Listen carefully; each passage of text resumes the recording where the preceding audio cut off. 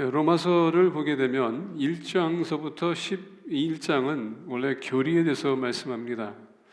많은 천주교 신부들이 로마서를 본인들이 이제 토독하고 공부하면서 믿음은 행위에서 오는 것이 아니라 구원은 행위에서 오는 것이 아니라 구원은 믿음으로 온다는 것을 그들이 듣고 그리고 읽고 느끼고 그리고 마음이 가득 벅차서 정교개혁을 일으켰습니다. 그래서 우리가 1500년도에 정교개혁이 일어나면서 개신교가 생긴 것입니다.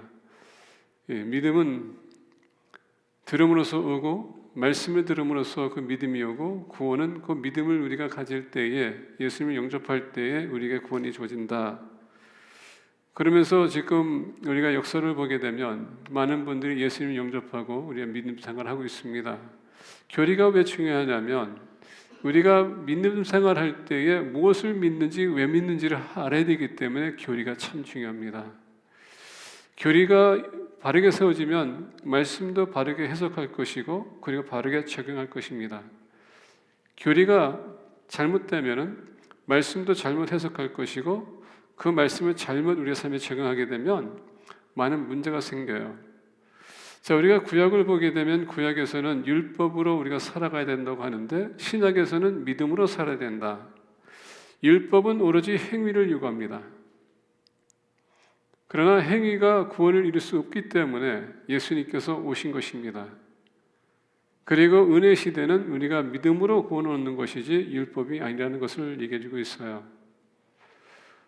그러다 보니까 로마서 1장부터 11장은 사도 바울이 신중하게 그리고 더 나아가서 정확하게 교리가 왜 중요한지 그래서 그 교리를 봤었을 때에 우리가 구원은 믿음으로 온다. 12장서부터 15장 보게 되면 그러면 우리가 그 믿음 가진 사람들이 어떻게 살아갈 것인가 이게 포커스합니다.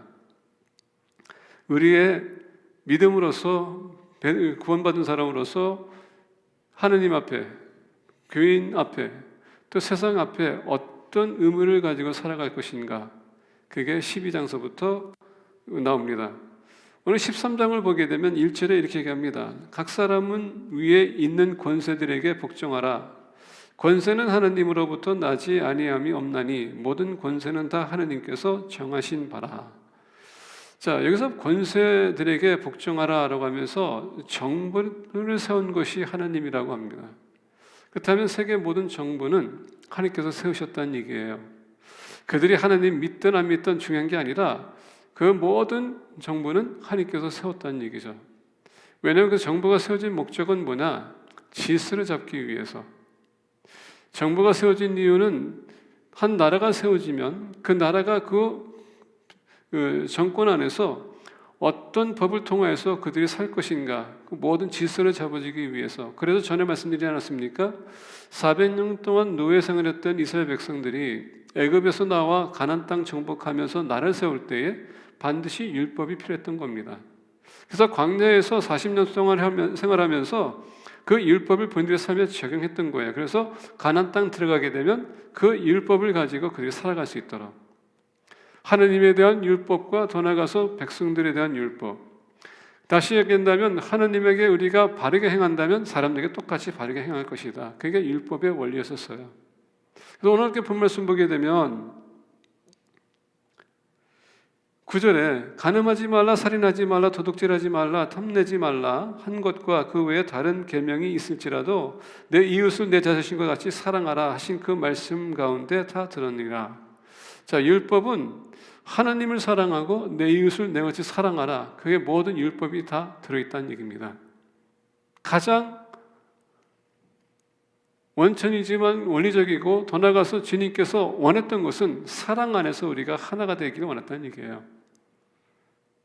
그래서 우리가 에덴 동산 돌아가게 되면 아담과 하와를 창조하시고 거기에서 남자가 여자와 둘이 하나가 돼서 사랑의 가장 최고의 가치가 뭡니까? 아이를 낳는 것. 그게 사랑의 표란 얘기입니다.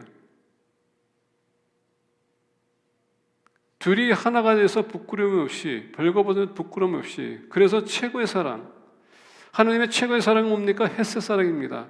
헷셋 사랑은 원래 생명을 창조하고 생명을 주는 그런 사랑입니다. 그래서 아담과 하와를 창조하시고 에덴 동산에 두시지 않았습니까? 생육하고 번성하라. 그래서 부부의 첫 번째 계명은 생육하고 번성하는 것이었습니다. 아담에게는 선악과를 먹지 말라. 그래서 우리가 사랑해야 되는 것은 여러분 당연한 것입니다. 근데 그 사랑을 우리가 잃었습니다. 왜냐하면 아담이 선악과를 먹는 그 후로부터는 나라는 존재가 더 가치 있어 보이고 내 앞에 있는 사람은 더 나보다 좀 낮아 보이고 항상 치열한 싸움입니다. 서로가 잘났다고 주장하다 보니까 싸움 날 수밖에 없는 겁니다. 그래서 사도 바울이 오늘 본 말씀 보게 되면 8절에 피차 사랑의 빚 외에는 아무에게든지 아무 빚도 지지 말라.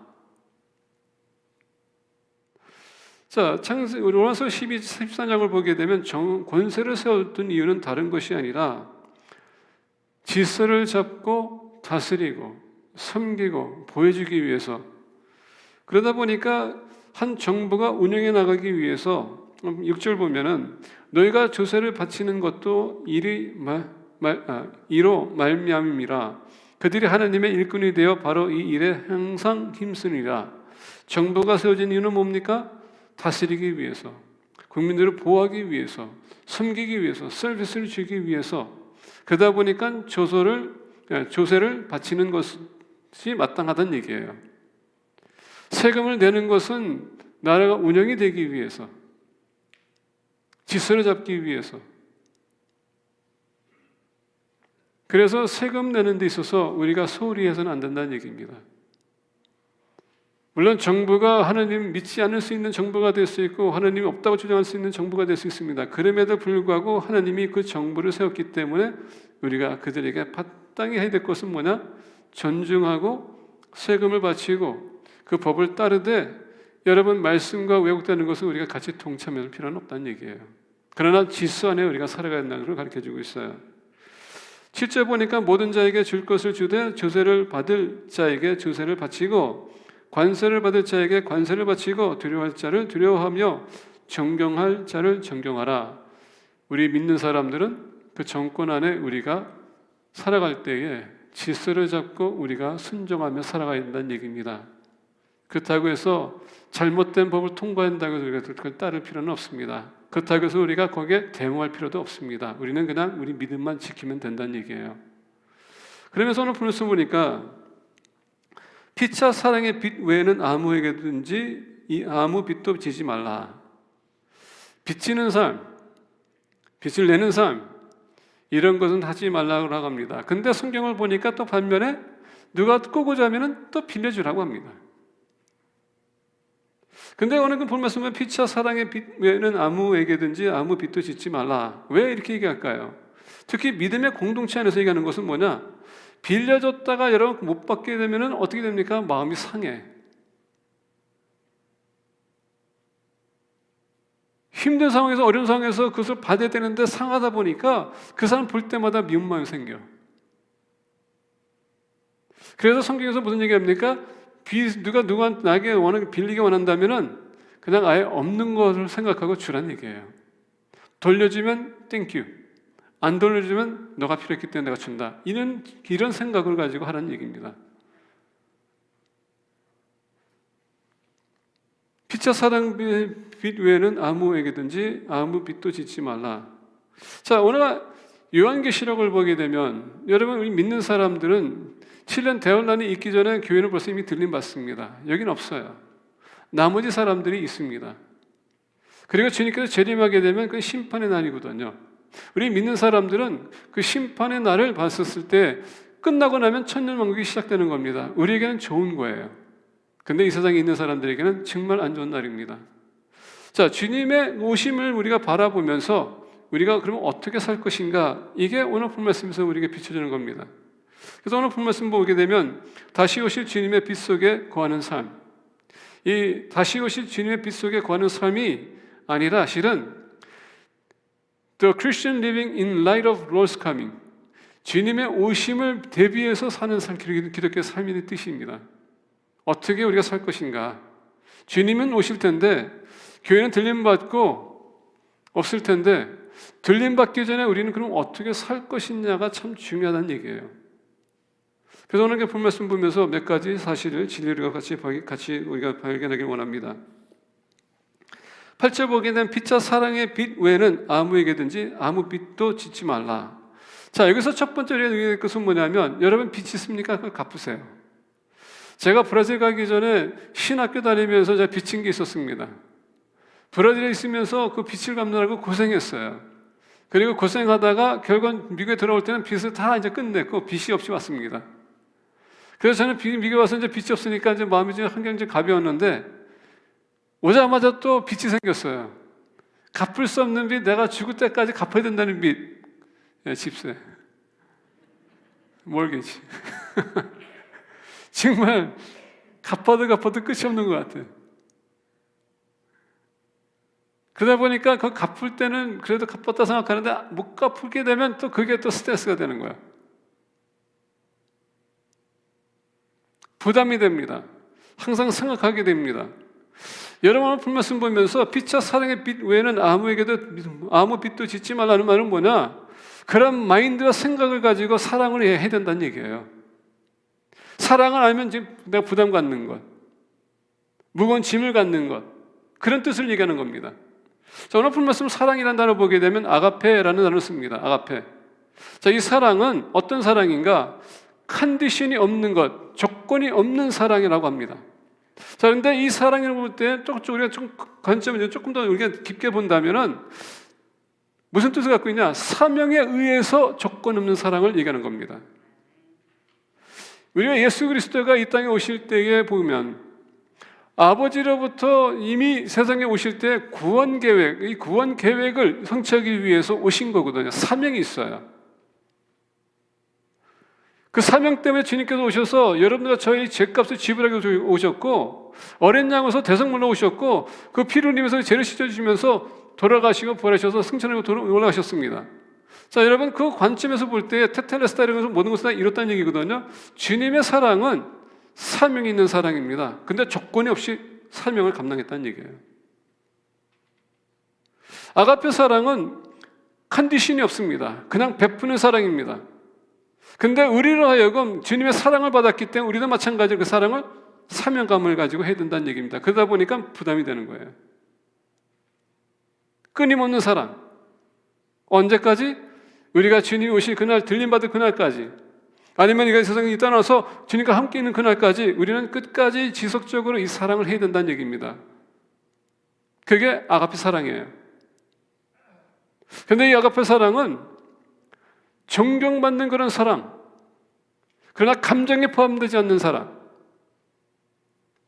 우리 사랑할 때 막 즉흥적으로 사랑할 때가 있습니다. 막 감동받아 사랑하는데 그런 사랑이 아니라 사명에 의해서 내가 너를 사랑했기에 너도 너희 형제를 사랑하라, 내 이웃을 사랑하라 하신 것처럼 이건 사명적인 사랑이에요. 이건 명령한 사랑입니다.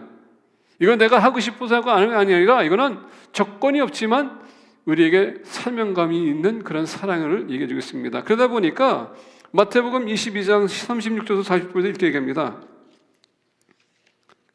선생님, 율법 중에서 어느 계명이 크니까? 예수께서 이르시되 내 마음을 다하고 목숨을 다하고 뜻을 다하여 주 너의 하나님을 사랑하라 하셨으니 이것이 크고 첫째 되는 계명이요 둘째도 그와 같으니 내 이웃을 내 자신같이 사랑하라 하셨으니 이 두 계명이 온 율법과 선지자의 강령이니라.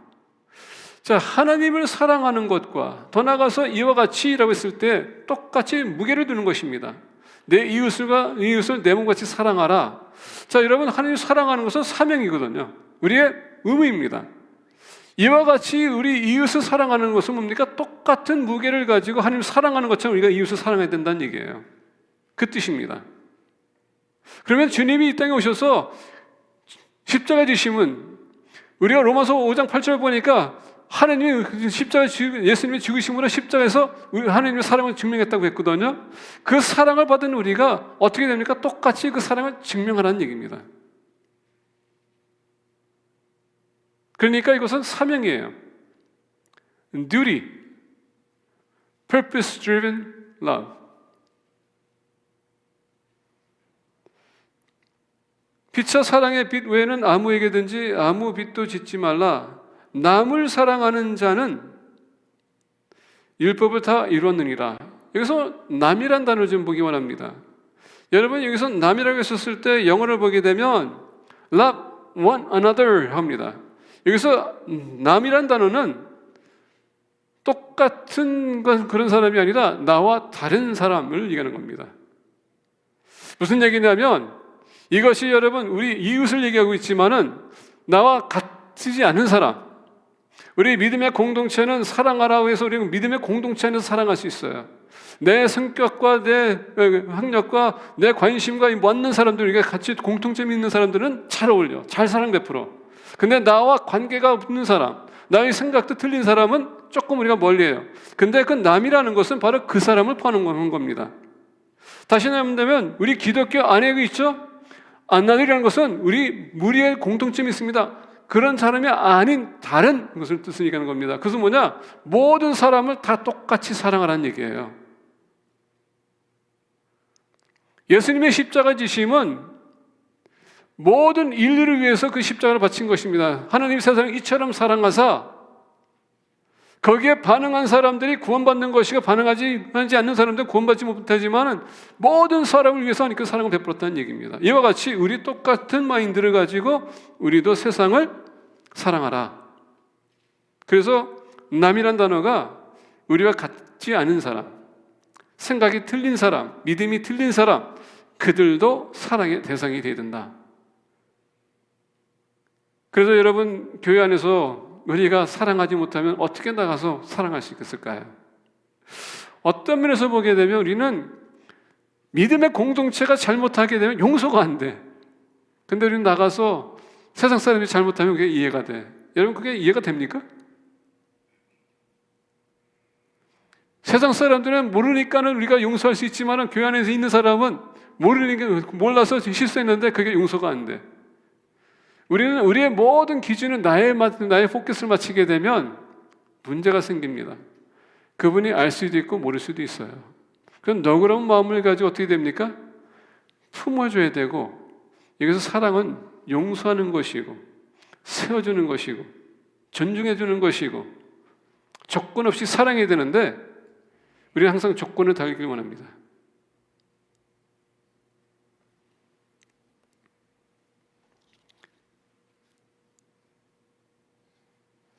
내 마음을 다하고 목숨을 다하고 뜻을 다하며 하여 주 너의 하나님을 사랑하라 하셨으니 이것이 크고 첫째 되는 계명이요 둘째도 그와 같으니 내 이웃을 내 자신같이 사랑하라 하셨으니 이 두 계명이 온 율법과 선지자의 강령이니라. 요한복음을 보게 되면 너희들이 내 제자라면 서로 사랑하라. 나를 사랑하면 내 계명을 지켜라. 서로 사랑하라. 요한은 계속 주님의 사랑받은 사람으로서 제자로서 항상 사랑하라고 사랑하고 얘기합니다. 왜? 하나님이 사랑이기 때문에. 사랑으로 우리가 서로 보답할 줄을 알아야 됩니다. 하나님을 사랑한다면 우리가 이웃을 사랑하는 것, 아까 말씀드린 것처럼 그건 사명감을 가지고 사랑하라는 얘기예요.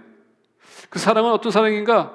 희생하는 것, 필요를 채워주는 것, 조건 없이 사랑하되 사명이기 때문에 내가 사랑하는 것. 여러분들 손을 펴서 옆에 있는 사람한테 여러분 좀 손을 대주시고 사랑합니다 라고 하세요. 말로만 하지 마시고 내 눈을 보세요. 이 진실된 눈, 나 사랑합니다 라고 하세요. 사랑한다니까 다들 웃어. 이게 얼마나 좋아. 그런 마인드를 우리가 좀 교회에서 사랑하는 마음을 가지고 사랑합니다 라고 고백했으면 좋겠습니다. 이제 앞으로는 여러분 안녕하세요 하지 말고요, 형제 자매여 사랑합니다 이렇게 인사했으면 좋겠습니다.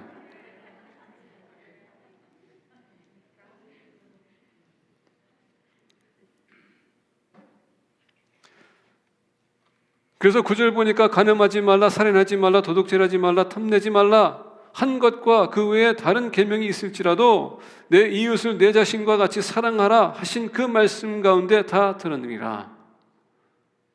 사랑하는 이 모든 것이 있기 때문에 여러분, 사랑한다면 어떻게 우리가 살인할 수, 우리가 간음할까? 살인할까? 도둑질할까?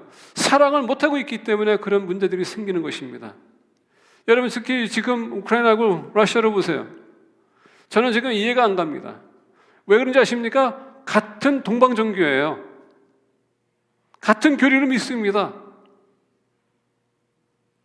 같은 문화예요.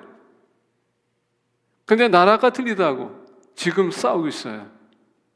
왜? 죄송하지만 푸틴은 사랑이 없다고 부릅니다. 근데 자기 자식에 대한 사랑은 엄청나게 크더라고요. 뉴스를 보니까. 이건 모순이라고 하는 겁니다. 이게 모순이에요. 우리 교회도 마찬가지로 우리가 사랑한다고 하지만 우리 자식들처럼 우리 형제자매를 사랑하지 못한다면 여러분 그건 모순입니다. 더 나아가 하늘나라 올라가게 되면 여러분들의 자녀가, 여러분들의 아내가, 남편이 거기 없을 수도 있어요. 근데 누가 있습니까? 여러분들이 원수라고 생각했던 사람이 거기 있을 수 있어요. 그게 여러분들의 진정한 가족이라는 얘기입니다. 패밀리. 사랑은 이웃에게 악을 행하지 아니하니 그러므로 사랑은 율법의 완성이라.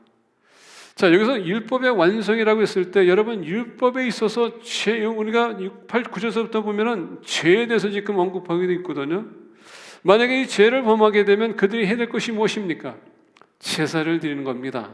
번제를 가지고 나와서 제사를 드리는 겁니다. 그 번제는 무엇을 상징합니까? 여러분들의 대성물로서, 여러분들의 섭스튜트로서 내 죄를 그가 위임받아서 그 짐승 잡을 때 그 죄가 같이 그 짐승과 죽는 것입니다. 그래서 예수님께서 십자가 지시고 돌아가시고 승천하실 때 죽는 그 십자가 사건에서 테텔레스타에 외쳤던 것은 우리가 지불의 모든 죄의 값 주님께서 다 담당하셨다는 얘기입니다. 그래서 테텔레스타는 is paid in full. 우리 죄값을 지불했다. 그래서 율법이 우리에게 더 이상 해당되는 것이 아니에요. 그래서 오늘 말씀 보게 되면 율법의 완성이니라. 그게 주님의 사랑, 십자가에서 증명했다는 것입니다. 그 사랑을 받는 우리가 이제는 어떻게 됩니까? 우리 자신도 죽일 줄 알아야 돼요. 형제자매를 품을 줄 알아야 됩니다. 그를 사랑해야 됩니다.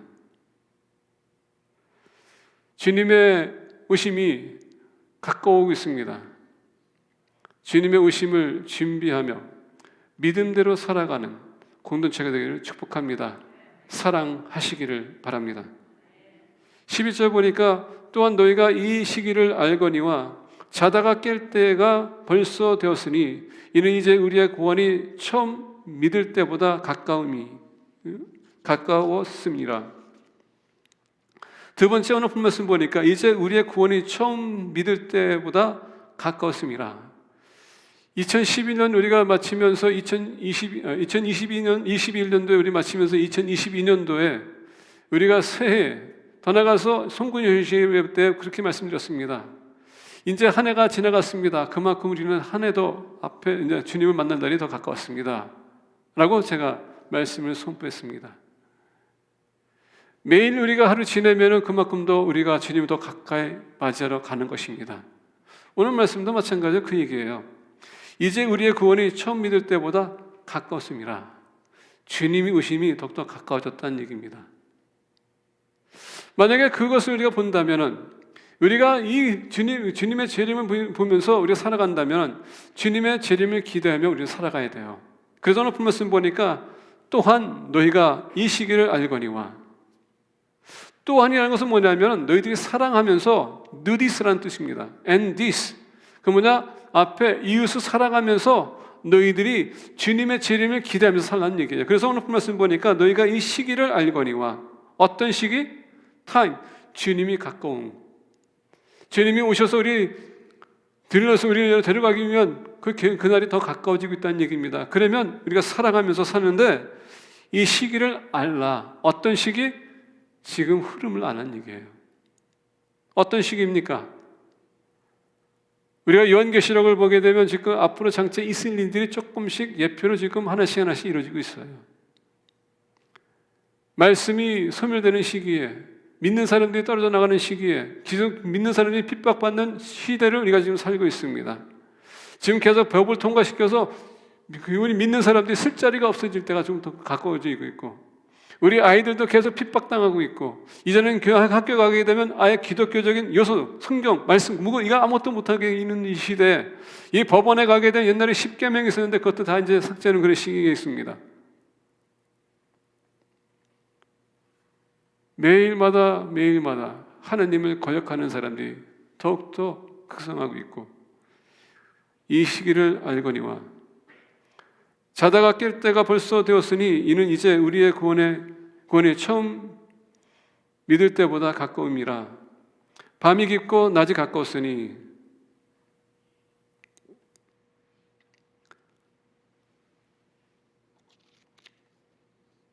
앞으로 가면 갈수록 우리가 여러 살아가면서 이 시기는 가까워지고 있는데 우리는 잠들고 있는 것 같아요. 그래서 우리가 모이는데 힘쓰는 게 아니라 우리는 더욱더 주님을 멀리하는 시대가 가까웠습니다. 팬데믹이 우리에게 그 믿음을 증명하는 그런 시간을 가져온 것 같아요. 우리는 하나님보다도 팬데믹을 더 두려워합니다.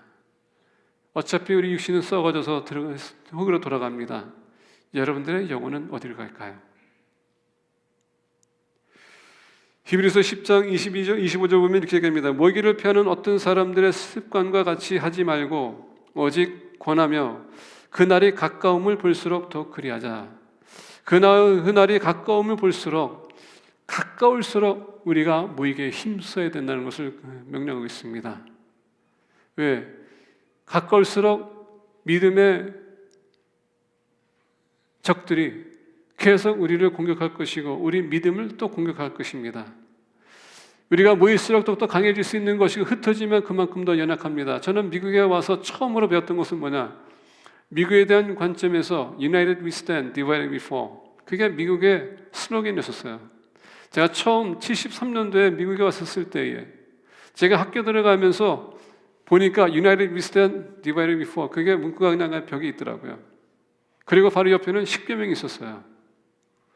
저는 그거 봤었을 때 그때 믿진 않았지만은 미국이라는 나라가 그래도 이렇게 세워지는 것은 같이 연합이 됐기 때문에, 그리고 말씀이 옆에 있어서 말씀이 있구나. 그 어린 나이는 몰랐지만은 제가 성장하면서 처음에 교회 나가면서 그거 봤었을 때 이게 좋았구나. 근데 그게 사라지고 있어요. 지금 미국을 보세요. 유나이티드이 아니라 디바이드 되고 있어요. 학교마다 10계명이 떠나가고 지금 법원에 가도 10계명이 없습니다. 이런 시대를 우리가 살고 있어요. 계속 모이는데 우리가 힘써야 되는데 힘쓰지 않다 보면 교회도 여러분 터질 수밖에 없습니다. 지난번에 어떤 목사님께서 말씀하시는데 미국의 교회가, 한국 교회가 800교회가 지금 600교회로 좀 내려가고 있다고 합니다. 그게 팬데믹이에요. 그런 위기를 가져왔습니다.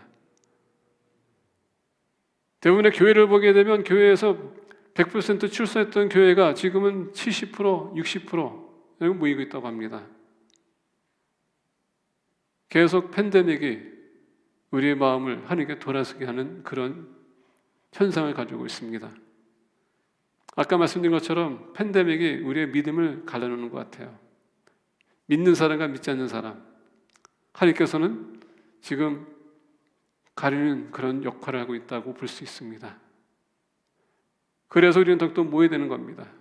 모이면 우리가 말씀을 같이 보는 것이고, 말씀을 서로가 세워주는 것이고, 기도하면서 세워주는 것이고, 서로의 필요를 채워주고, 연약한 자들은 믿음 있는 사람들이 이끌어주는 것이고, 그런 모임이 다시 있어야 된다고 봅니다. 그러다 보니까 너희가 이 시기를 알거니와 자다가 깰 때 벌써 되었으니 이는 이제 우리의 구원이 처음 믿을 때보다 가까웠습니다.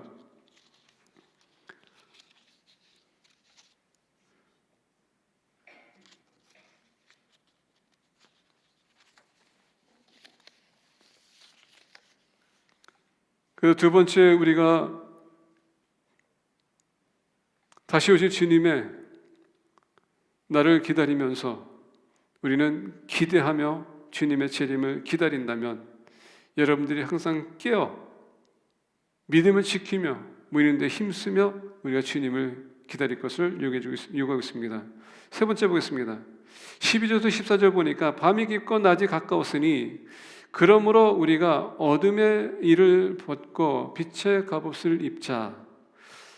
자, 여기서 보니까 어둠의 일을 벗고 빛의 갑옷을 입자라고 하고 있습니다. 자, 여기서 보게 되면 갑옷을 입자라고 했을 때 에베소서 6장을 보게 되면 하느님의 전신갑주를 입으라라는 말씀이 있습니다. 왜냐하면 우리의 싸움은 혈과 육이 아니라 보이지 않는 세계, 권세, 사악한 영들의 존재, 우리가 지금 전쟁을 매일 치르고 있어요. 그래서 하나님의 전신갑주를 입으라고 합니다.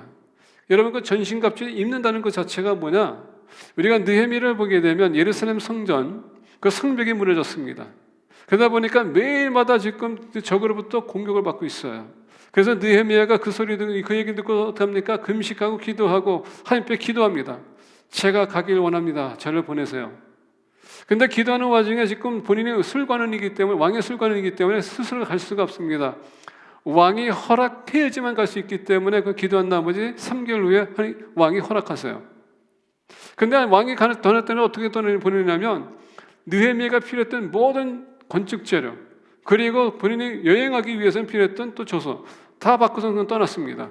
도착해 보니까 정말 그가 소문 듣는 것처럼, 보고받은 것처럼 형편없게 예루살렘 성전이 무너지고 있습니다. 얼마나 가슴 아팠을까. 그러면서 시작했던 게 뭡니까? 다시 재건하면서 나중에 성벽을 완전히 세웁니다. 그게 여러분, 그 벽은 뭐냐? 외부로부터 침입당하지 못하게 세운 벽이에요. 우리 몸이 하나님께 거룩한 성전이라면은 그 여러분 벽은 뭐냐? 우리의 믿음을 얘기하는 겁니다. 믿음으로 우리를 둘러싸야 된다는 얘기예요. 그래서 오늘 말씀 보게 되면 이 빛이라는 것은 주님께서 말씀하시기는 세상의 빛이라고 했습니다.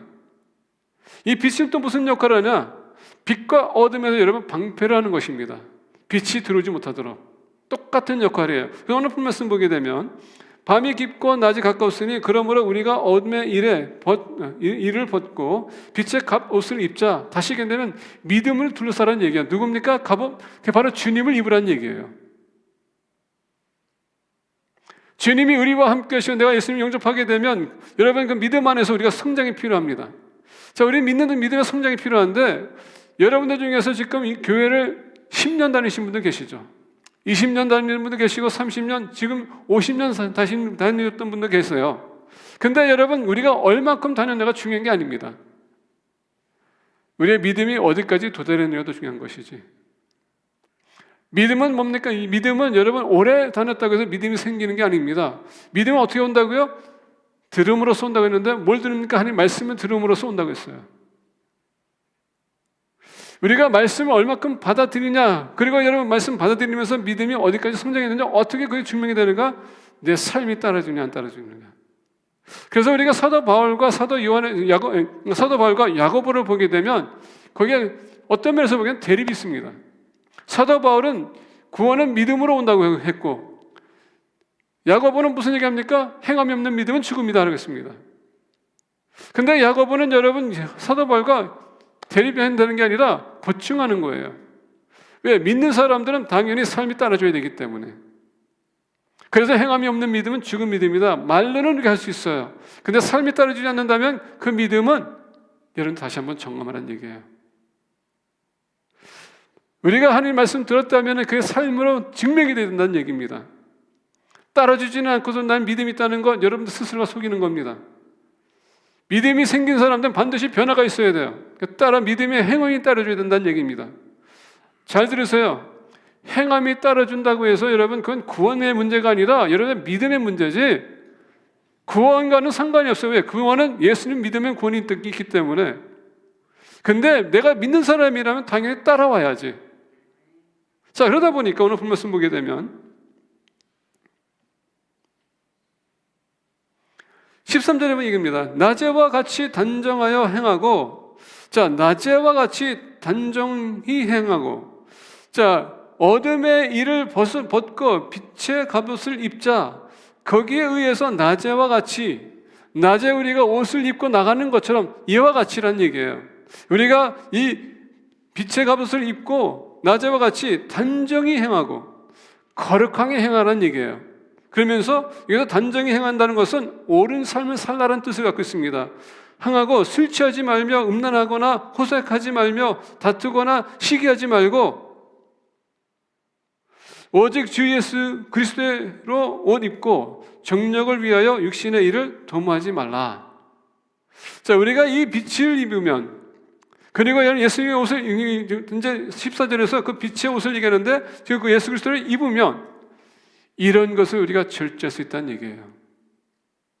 그래서 믿음은 여러분, 절제할 것을 절제하게 하고 주님을 위해서 살 것을 살게 할 수 있도록 도와주는 말씀이 도구란 얘기예요. 그래서 여러분, 말씀에서도 로고스라는 것은 생명력이 있지 않고 생명력이 있고 감동하고 역사하는 힘이 있다고 그러지 않습니까? 말씀이 나 안에 들어오게 되면 그 말씀이 나를 변화시킨다는 얘기입니다. 그래서 내가 변했는지 안 변했는지 어떻게 하냐? 믿음대로 살아갈 때 그 삶에서 증명이 되는 거예요. 자, 그렇다면은 50년 동안 내가 살았다면은 여러분들 정말 지금 선생이 돼서 가르치는 사람이 되어야 돼요. 10년 다녔습니까? 가르치는 선생이 돼야 됩니다. 여러분들 언제까지 기저귀 차가지고 갓난아기처럼 여러분 살아야 되겠습니까? 이번에 우리 딸이 계속 우리 손자 편지를 보내고, 그 사진을 보내고 영상을 보내고 있어요. 근데 이번에 영상 보낸 것 중에서 하나 보니까 우리 손자가 있고 바로 옆에 보니까 어떤 그 아기가 있는데 또 딸이 있더라고요. 근데 그 사진 보니까 옆에 이렇게 나란히 앉혔는데 우리 손자가 이 여자애보다 하나 반 만에, 근데 2달 더 어리다는 얘기 들은 것 같은데, 근데 이거 사진 있고 또 나중에 보니까 그 여자애 바로 옆에 또 자기 언니가 옆에 앉아 있더라고요. 근데 보니까 걔는 보니까 한 2살 된 것 같아. 근데 우리 손자하고 비슷해, 키가. 그래서 제가 생각하기로 이 나이에 이렇게 크면 제가 앞으로 어떻게 클 것인가, 그런 생각 해봤어요. 그러면서 생각한 건 뭐냐면, 제가 이제 우리 손자를 보면서 우리 데보라를 좀 생각났습니다. 몸이 크다 보니까 우리 제레미하고 데보라하고 큰애 볼 때 기저귀 다 채웠거든요. 그 생각이 생각났습니다. 그래서 저도 언제 클 건가. 저 양이 그렇게 작지는 않을 텐데. 그래서 빨리 떼겠다라는 그런 생각도 들었는데, 그런 생각하면서 생각해보니까 거기에서 제가 느꼈던 건 뭐냐면, 이것을 기저귀는 당연히 떼는 건데 떼지 않게 되면은 어떻게 되는가. 이 말씀 보면서 제가 그거 한번 비춰봤거든요. 근데 오늘날 많은 사람들이 육신적으로 우리가 큽니다. 근데 영적인 기저귀를 차는 사람들이 많이 있어요. 아직 누군가가 기초를 매게 되는 그런 상황, 성장이 있어야 될 텐데, 주님의 재림을 앞두고 기대하는 사람들은 우리에게 요구되는 게 뭔지 아십니까? 거룩한 삶, 성화의 삶을 요구됩니다. 성화의 삶이 여러분들의 믿음에 증명하는 거예요. 내가 무엇을 믿고 내가 어떻게 살아가는가. 근데 많은 사람들이 오늘날 증명을 못하고 있습니다. 왜 그럴까요? 무엇이 여러분들 이렇게 힘들게 하고 저항하게 하고 반항하게 하고 있습니까? 이 자리에 와서 좋은 말씀 들으면서 그 말씀이 우리에게 좀 유익한 말씀인데 그것을 받아들이면서 왜 삶을 하고 여기지 않을까? 아마 여러분들이 주님의 재림에 대해서, 우리가 들림받은 것에 대해서 아직도 믿음이 안 가는가? 앞으로 심판이 온다는 거 여러분들 믿음이 안 가세요. 그래서 여러분들이 지금도 태연하게 살고 있습니까? 훗날에 후회하지 마시고요. 지금서부터 우리가 바르게 살아야 됩니다.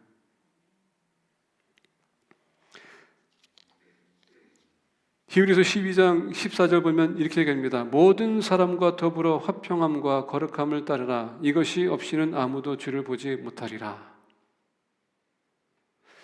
믿음에 요구되는 변화.